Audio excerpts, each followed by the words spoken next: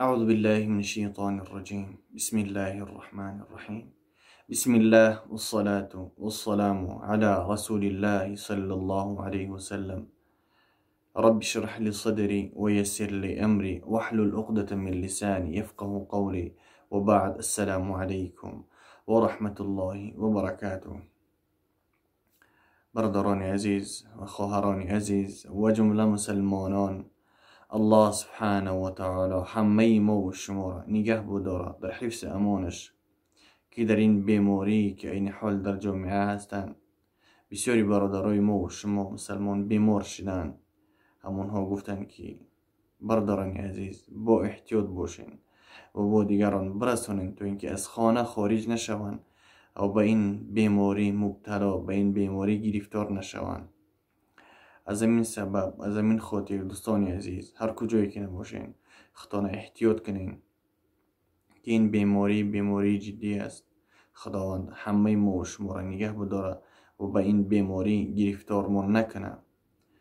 و این دعای رسول خدا صلی الله علیه و سلم است که این را باید ما و شما از یاد کنیم و این را بخوانیم هر سحر و هر بیگاه، تا اینکه این بیماری در بدن ما و شما یعنی جوش نگیره، در بدن ما و شما ضرر نرسونه، در بدن ما و شما داخل وارد نشوه.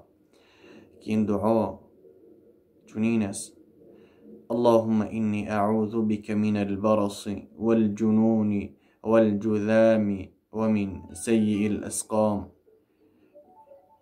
این را 3 بار سحر و 3 بار بیگاه بخوانید تا اینکه این بیماری که این حال در جامعه هست این برای ما و شما ضرر نرسانه. و در دیگه دعایی که رسول خدا صلی الله علیه و سلم برای ما و شما امر که است که این را بخوانین و انشاءالله که یگان چی برای ما و شما ضرر نمیرسانه: بسم الله الذي لا يضر مع اسمه شيء في الأرض ولا في السماء وهو السميع العليم.